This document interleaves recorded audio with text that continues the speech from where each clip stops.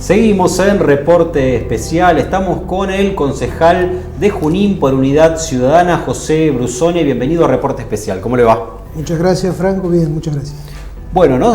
Arranca obviamente una etapa distinta, ¿no? Estamos ya en el último tramo, podemos decir, de la transición hacia nuevos gobiernos en provincia, en nación. ¿Cuáles son las expectativas, ¿no? Y sobre todo pensando en la ciudad de Junín, ¿no? Donde hay un municipio de otro color político. ¿Cree que esto va a impactar en el progreso de la ciudad? ¿Cuál es su lectura?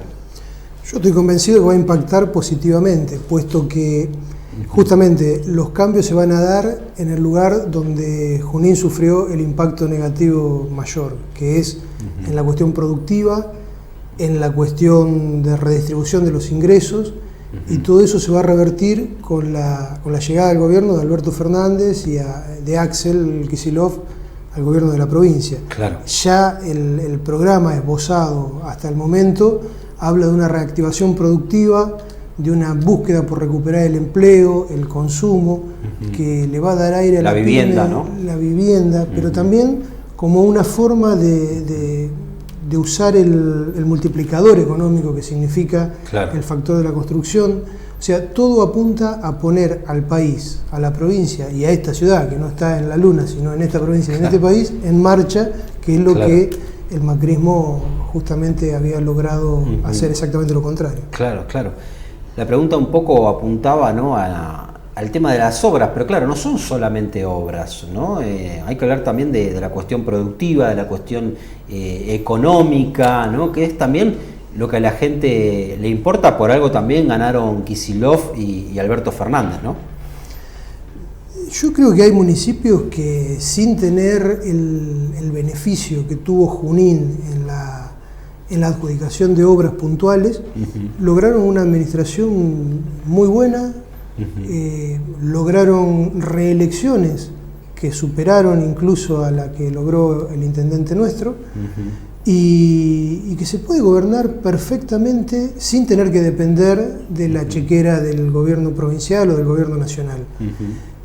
¿Conoce algún caso regional? Pehuajó, sin ir más lejos, o incluso el propio municipio de La Matanza, con todas las contras que tiene un municipio hiperpoblado, con una matriz industrial, que fue la más agredida por el gobierno de Macri, y así todo lograron sobrellevar los temas sanitarios y de seguridad como se pudo, hasta lograr una revalidación del mandato del peronismo, con lo cual quiere decir que se hizo una gestión sumamente digna.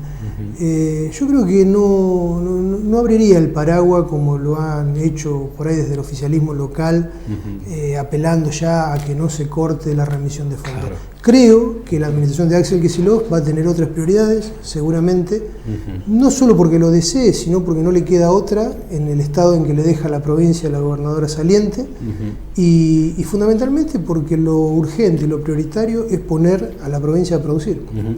Ahora vamos a hablar, ¿no?, de cuáles cree que van a ser las prioridades, ¿no?, para el gobierno de Kicillof, de Alberto Fernández. Sé que usted tiene buena información sobre lo que viene, ¿no? Pero quería preguntarle también por el tema ¿no?, del diálogo, ¿no? Porque el oficialismo ya ha empezado, ¿no?, a esbozar esta idea de la necesidad del diálogo político, ¿no?, con la oposición, de alguna manera adelantándose, ¿no?, a lo que puede ser la pulseada política, ¿no?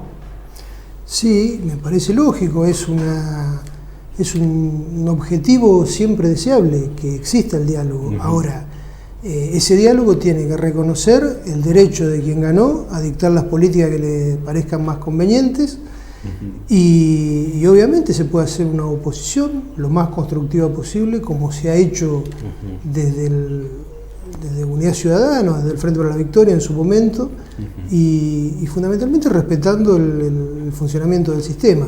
¿Cree que es un gobierno dialoguista el del intendente Petreca, o lo ve más como una chicana política este tema del diálogo? Vos me estabas preguntando por lo local, yo te había entendido que era a nivel nacional.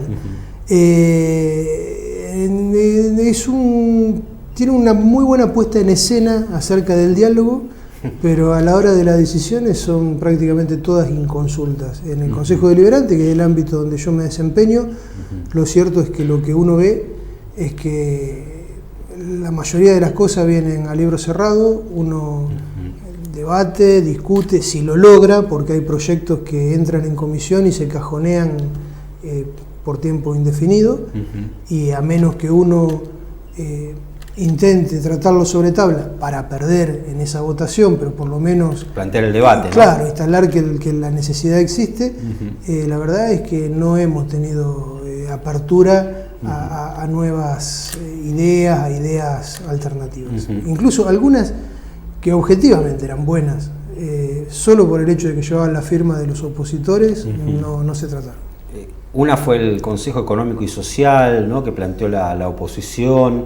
Creo que hubiese sido bueno una especie de mesa amplia, ¿no?, para sobre todo para surfear un poco la crisis económica, ¿no? Totalmente, o la emergencia comercial. Pero bueno, eso por ahí impacta hasta en el núcleo ideológico de este gobierno, ¿sí? Porque ellos hacen como un endiosamiento de la forma en que el mercado distribuye y consideran que al que le va mal es por su propia responsabilidad. Prácticamente eso es lo que te dicen entre líneas. Pero había otras propuestas, como por ejemplo la forma de acelerar la reapropiación del hábito de usar el colectivo mediante un distinto incentivo a viajar, rebajando pasajes y todo, y nunca accedieron ni siquiera a tratarlo. Y eso era una propuesta que nosotros no sacábamos ningún rédito particular, sino que era un aporte a la ciudad, como todo lo que intentamos, y no hubo diálogo. Claro.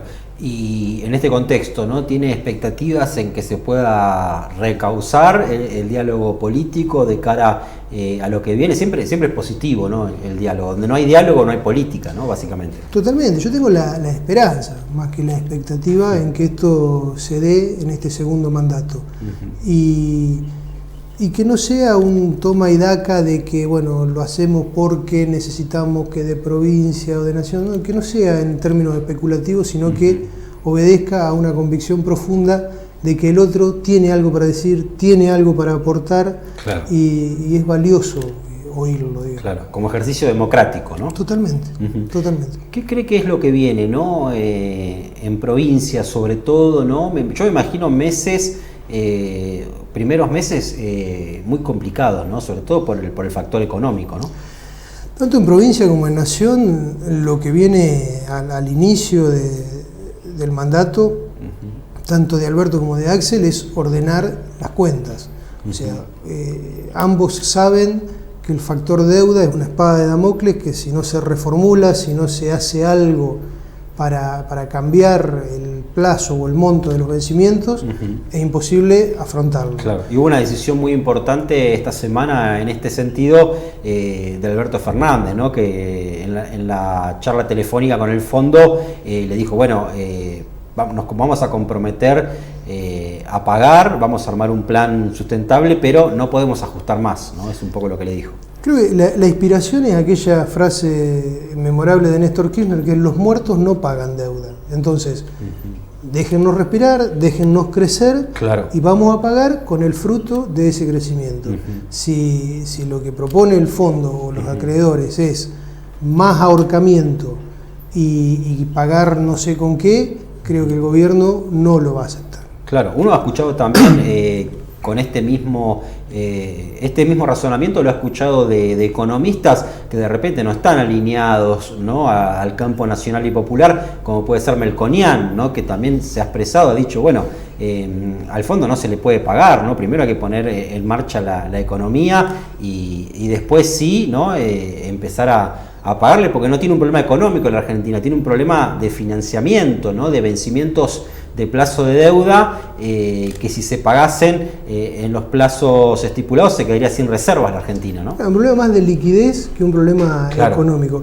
Pero este tipo de disyuntiva viene de la época de Alfonsín. El propio Alfonsín denunciaba una vez, creo que era en España, la misma situación. Decía, nos prestan para repagar deuda, nunca para resolver los problemas estructurales que tenemos, para fortalecer nuestra infraestructura económica. O sea, te prestan siempre y cuando sigas bajo la dependencia de esa deuda. Claro. Esa lógica, que por primera vez en este ciclo democrático la rompió Néstor Kirchner renegociando allá por 2005, creo que demostró no solo a la Argentina, sino a la región y al mundo que hay otra forma de hacer las cosas. Y el fondo de alguna manera lo venía aceptando, ¿sí? Porque el descrédito en el que había caído internacionalmente, porque cada uno que aplicaba su receta terminaba en una crisis rotunda, me parece que en este momento está en condiciones de revisar un poco sus principios, sobre todo porque fueron los primeros en violarlo, ¿sí? La ingente cantidad de plata que le mandaron a Macri sin controlar su destino, y que le renovaron los préstamos sin que hayan cumplido ninguna de las metas a las que se habían comprometido el gobierno nacional, los vuelve por lo menos corresponsables de la crisis en la que estamos metidos. Sobre todo porque una de las cláusulas es muy clara con respecto a que el dinero, ¿no?, que el fondo le dio a la Argentina no podía ser usado para fuga de capitales al exterior, ¿no? No para fuga de capital al exterior, no para gasto corriente. O sea, el gobierno de Macri cumplía con una parte muy chiquitita de sus promesas, que era lo que le prometió a los sectores más pudientes de la economía, como baja de retenciones, etcétera, etcétera, produciendo un déficit fiscal que lo solucionaba aplicando la plata que contraía por endeudamiento. Entonces, bueno, todo eso, que en definitiva significó una brutal transferencia de ingresos de los sectores populares y medios de la sociedad argentina a los sectores más poderosos, a través de eso y a través de la fuga, es el agujero que hoy le dejan al gobierno entrante. Hay que rediscutirlo todo. Hay incluso proyectos para revisar la forma de ese endeudamiento y la forma de la fuga. Así que puede haber hasta una esperanza de que quien se benefició tenga que hacer frente a esto. Y también le da margen, ¿no?, al nuevo gobierno para renegociar con el fondo, ¿no? Totalmente. Es un argumento político de muchísimo peso, me parece. Brusone, usted conoce también de lo que es la producción, ¿no?, de Junín, el esquema productivo, ¿no? Alguna vez ocupó la oficina Genia, ¿no?, con una relación, ¿no?, muy cercana a las pymes, a la producción. Quiero hablar de varios temas, ¿no?, que tienen que ver con la economía, con la producción. Uno es el tema del consumo, ¿no?, porque se escucha mucho en la calle, la gente también lo comenta, dice, bueno, ahora le van a dar a la maquinita, ahora hay que incentivar el consumo, pero ¿qué pasa con el tema del déficit, ¿no?, si hay que ser austeros, si hay que alentar el consumo? ¿Cuál es su mirada?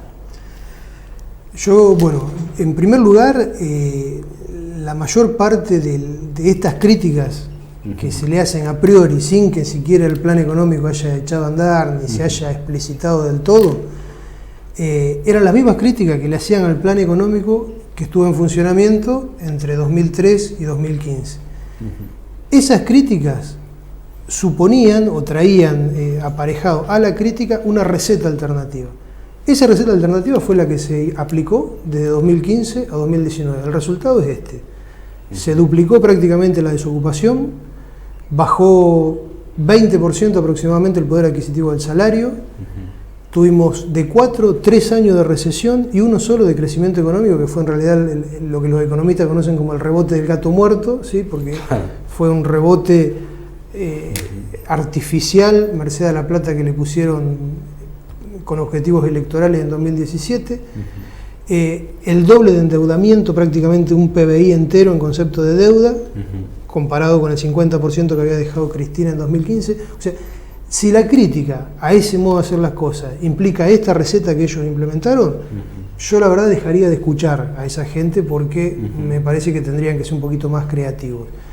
Es cierto que emitir para incentivar el gasto y para financiar consumo no es la receta económica más saludable. No creo que sea la idea de Alberto Fernández, del equipo económico, ir por ese lado. Creo que el incentivo a la producción y lo que el peronismo sostuvo históricamente, que es que lo que iguala y lo que incluye y lo que permite un desarrollo personal genuino es el trabajo. Yo creo que lo que es el gran dinamizador, ¿no? Es el gran dinamizador y es el gran organizador social. Claro. Yo estoy convencido de que esta nueva etapa del peronismo, ese principio lo va a aplicar a rajatabla y lo que va a hacer es incentivar el empleo y la producción como una forma de incluir y de restituir los derechos que el macrismo fue cercenando. La gente al mismo tiempo está reclamando, ¿no?, en muchos casos con cierta premura, una recomposición, ¿no?, del salario, del poder adquisitivo. ¿Cree que es posible pensar en algún tipo de recomposición? No sé si en el corto plazo, en el mediano plazo. Es muy complicado cómo se inicia nuevamente el círculo virtuoso, claro, porque esa recomposición salarial que con todo derecho los sindicatos están reclamando, recae muchas veces sobre las espaldas de pymes que están fundidas. Entonces, esto que se reclama como paliativo, como un bono de fin de año, como cualquier tipo de ayuda que sería imprescindible y hasta justiciera, recae sobre las espaldas de empresarios que no lo pueden afrontar. Claro, entonces, claro. El milagro del proyecto capitalista de Macri fue que fundió al propio capitalismo argentino, ¿sí? Si algo rompió Macri fue el funcionamiento capitalista de la Argentina en función de favorecer solamente a una élite de grupos económicos o de sectores financieros, ¿no?, muy concentrados, financieros fundamentalmente, claro, y extraccionistas. No tengo la receta de cuál es el puntapié inicial de cómo recomponer el círculo virtuoso de más consumo, más producción, más empleo, más claro, consumo, más producción, más empleo. Pero no me cabe duda de que va por ahí y de que en menos de un año la situación va a ser absolutamente diferente a con la que se llega a estas fiestas. El tema retenciones, ¿no?, un tema sensible en la región, porque hay un importante sector agropecuario, ¿no?, en la región. ¿Cree que van a volver las retenciones? ¿Considera que es importante incrementarlas, que hay que mantener el esquema actual? ¿Cuál es su mirada? Yo creo que las retenciones son una variable más dentro de todo el esquema que explica la rentabilidad agrícola, agropecuaria. Me parece que si hay que discutir la cuestión de retenciones, hay que discutirla en el marco de todo el resto de las variables.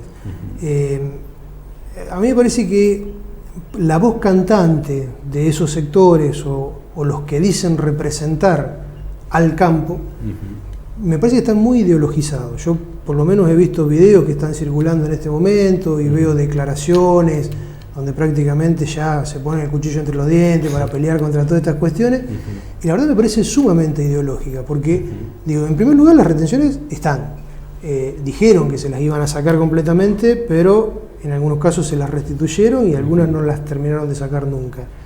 Pero en segundo lugar, perdieron otros beneficios, como por ejemplo subsidios a los combustibles, muchos factores, digamos, que se redistribuían, digamos, con el esquema anterior de gobierno, claro, y que Macri de alguna manera lo fue sacando. Yo no puedo entender que este sector que dice representar al campo se concentre tanto en la cuestión de las retenciones que afecta ni siquiera a todo el espectro agropecuario. Porque, por ejemplo, cuando el combustible pasó a valer prácticamente lo mismo que un litro de nafta premium, y eso mataba a producciones que no son exportables, a lo mejor en el Alto Valle de Río Negro, o la vitivinícola en Mendoza, o yerbateros en Misiones. Yo no vi que esta gente que hoy está tan al pie del cañón, cortara la ruta, cuestionara al gobierno, o hiciera lazo solidario con estos productores que se estaban muriendo.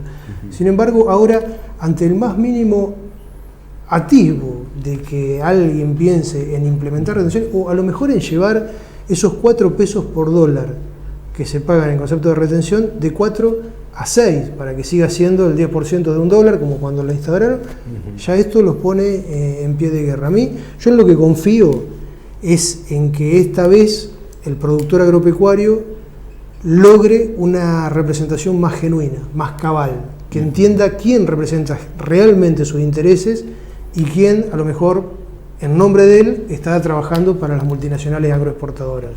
José Brusone, muchas gracias. Gracias a vos, Frank. Gracias. Muy bien, hemos llegado al final de una nueva edición de Reporte Especial y como siempre decimos al término de cada programa, esperemos que todo sea para mejor. Muchas gracias.